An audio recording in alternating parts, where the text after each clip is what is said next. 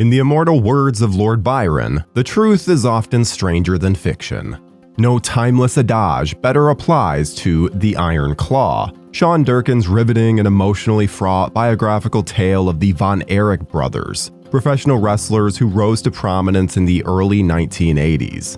Based on the true events that shaped the Von Erich family, the film careens down a path of such unmistakable triumph and unthinkable tragedy that one can sit back and wonder how much, if anything, was embellished or fabricated to increase the dramatic stakes of the story. In particular, the movie explores the lasting effects of the Von Erich Curse, which affected the lives of each family member in different ways through a profoundly unfortunate set of circumstances that downright defy belief. Although the film has received unanimous praise for its stark realism and gritty authenticity, it's worth exploring the minor and major differences between what transpired in reality and what is depicted on screen. After all, some crucial aspects of the Von Erich story have been glossed over, downplayed, briefly touched upon, streamlined for the sake of time, or omitted entirely in the film. Between the curious absence of the sixth brother, Chris Von Erich, and the origins of the Von Erich Curse to the accuracy of the wrestling matches, and more, it's time to hit the mat, separate fact from fiction, and find out once and for all what the fuck really happened to the Iron Claw. Carrie, I want you to join your brothers in the ring. Yes, sir.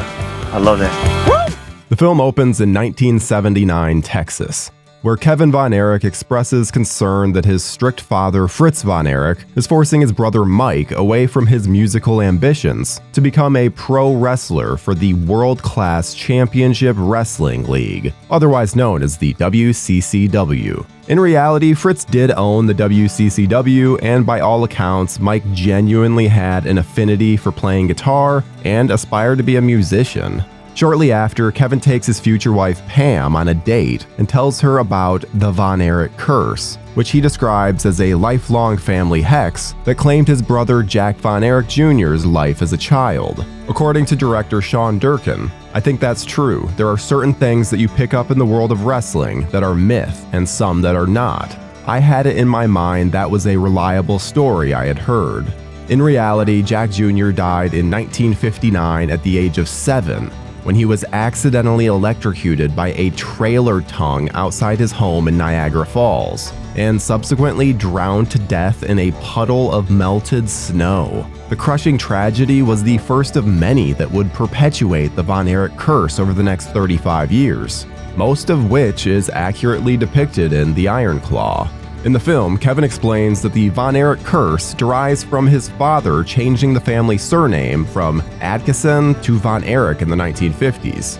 This is 100% true. Fritz Von Erich was born under the name Jack Barton Adkisson and began using the alias Fritz Von Erich as a stage name when he became a Nazi-inspired wrestling heel in the 50s and 60s before owning and operating the WCCW. However, despite the unfathomable family losses he suffered, in reality, Kevin Von Erich dismissed the notion of believing in a Von Erich curse. According to Dark Side of the Ring, Kevin stated, "There was talk about there being a curse on the family. It's ridiculous, a curse. What happened was just a terrible thing, but no curse."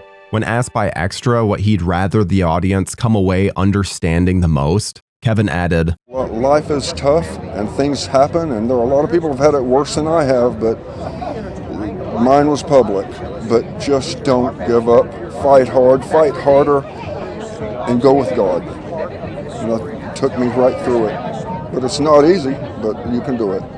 Fight for it. As for the titular wrestling move featured in the film, the Iron Claw refers to a brutal finishing maneuver that includes placing one's bare hand over an opponent's face and crushing their temples with such force that it appears as if their skull is being squeezed to death. The finishing move is not only 100% genuine, but it also derives from Fritz's time as a wrestler in Japan during the 1960s. Fritz Von Erich fought under the alias Tetsu no Sumi, which translates to Claws of Iron in English. Fritz earned the nickname after performing the trademark move in the ring, which became adopted by his sons as the family's famous finishing attack. In the film, the Von Erichs sit around the breakfast table and Fritz begins to rank the brothers in order of how much he loves them. According to the real Kevin Von Erich, this was completely true, providing insight into his father's motivational tough love. Carrie was always the most favored son, with Kevin coming in second, with David and Mike following behind. Parents don't often outwardly rank their children in the order of affection, but if Ironclaw taught us anything, it's that Fritz was anything but an ordinary father. The next example of the Von Erich curse that takes place in the film comes in 1983, when David becomes gravely ill in Japan. This also genuinely occurred, with David Von Erich ultimately succumbing to acute enteritis in February 1984 at the age of 25. While some have suggested that David actually passed away from an overdose of painkillers, including Ric Flair in his autobiography, which suggests that Bruiser Brody hid the evidence before the authorities arrived, David Von Erich's official cause of death was attributed to acute enteritis. In the film, Kevin receives a posthumous postcard from David that reads, "I miss you, brother." According to Durkin, the postcard was fabricated to bolster the emotional impact of the tragedy, telling USA Today, "I made that up. The idea of David not having a note but having something written to create the symmetry between the brothers felt important." While the postcard was manufactured for the movie, the suicide notes left behind by Mike that are portrayed in the film are 100% accurate and were quoted verbatim. I don't know what's on the other side, but I can't be here anymore. Tonight I walk with my brothers. During the 1984 portion of the picture, David's declining health and subsequent death forced Fritz to choose another Von Erich brother to wrestle against Ric Flair, the current world champion. The film depicts Kevin and Carrie flipping a coin to determine who would face Flair in the ring. The two brothers did genuinely flip a coin to determine Flair's opponent, and Carrie really did win the honor of taking on the world champion and winning Flair's title belt. What the movie fails to mention is that Flair won the belt back in Japan just 18 days after Carrie's career highlight achievement. Moreover, the film depicts Carrie severely injuring and losing his foot in a motorcycle accident shortly after defeating Flair in 1984. In reality, Carrie's injury and subsequent amputation took place in 1986, 2 years after his short-lived victory over Flair. According to Durkin, if Carrie doesn't wrestle that match and get in the accident, what's his life like? When I look at the family, I see alternate paths. If David doesn't go to Japan and he goes to a doctor, does the chain of events ever start? If Mike doesn't kill himself, do Chris and Carrie ever kill themselves? Following Carrie's amputation, the movie makes it appear as if Mike Von Erich only began his wrestling career in response to David's death in 1984 and Carrie's accident in '86. In reality, Mike had already made his in-ring debut in November of 1983, winning his first match against Skandor Akbar. The movie condenses the timeline of events to bolster the dramatic impact of the Von Erich saga. Although Mike made his wrestling debut well before David's death and Carrie's amputation, the next part of the movie genuinely occurred. Mike is shown suffering a brutal shoulder injury that puts him in a toxic shock syndrome-induced coma during surgery. When Mike eventually recovers with considerable brain damage, Fritz pressures him to get back into the ring, and Mike ultimately commits suicide. Sadly, this truly happened. On April 12, 1987, Mike Von Erich left a suicide note to his family and was found dead after overdosing on the sleeping medication Placidil. What the movie doesn't show is how Mike was arrested for a DUI 4 days before his body was found, indicating signs of trouble in the lead-up to his tragic demise. After Mike's tragic suicide in the film, Kevin is shown finding the strength to fight through his grief and take on Ric Flair during the second David Von Erich Memorial Parade of Champions event in 1987. During the match, Kevin is disqualified for using the family's signature Iron Claw wrestling move, resulting in a double countout and Kevin failing to win the championship title. While most of the bout is portrayed accurately in the movie, the match actually took place in 1985, not 1987. Apart from the time frame, the faithful recreation of the match includes Fritz intervening during the fight and urging Kevin to refrain from using the Iron Claw move on Flair, for fear that he would kill the wrestler in the ring. Indeed, it's true, Kevin never won the title from Flair during their multiple matches over the years. Following Kevin's disqualification, the movie depicts Carrie returning to the ring with a prosthetic foot. Carrie truly did try to salvage his career with a prosthetic limb following his accident, but what transpires after that gets a bit fuzzy. In the film, Carrie's inability to accept the Von Erich curse leads to his suicidal thoughts, with Kevin racing to prevent his brother from taking his own life. The film portrays Kevin arriving in the nick of time to hear the gunshots that indicate Carrie's suicide before finding his body by a family tree. In real life, it was Fritz who found Carrie's body, not Kevin. According to reports, Carrie declared, "Dad, I love you," and hugged Fritz shortly before claiming his own life with a gunshot wound to the heart with a .44 caliber pistol in 1993. While the film also accurately depicts Carrie's desire to join his brothers in heaven by taking his own life, other factors not shown in the movie may have played a role in the tragic decision. Following his amputation, Carrie became addicted to painkillers and was arrested twice for drug-related crimes. When Carrie was indicted on his second charge and faced possible jail time, he committed suicide shortly after at the age of 33. The facts were changed in the film, almost certainly to reinforce the brotherly bond between Carrie and Kevin, even if the heartbreaking sequence omits parts of the truth. Speaking of omissions, the most glaring absence in the Iron Claw is the presence of Chris Von Erich, the sixth brother who also had a brief wrestling career. Born in 1969, Chris Von Erich was the youngest of 6 siblings. Born with asthma, brittle bone syndrome, and only reaching a height of 5 foot 4 inches, Chris attempted to achieve the level of wrestling glory that his brothers found, but was unable to replicate their success.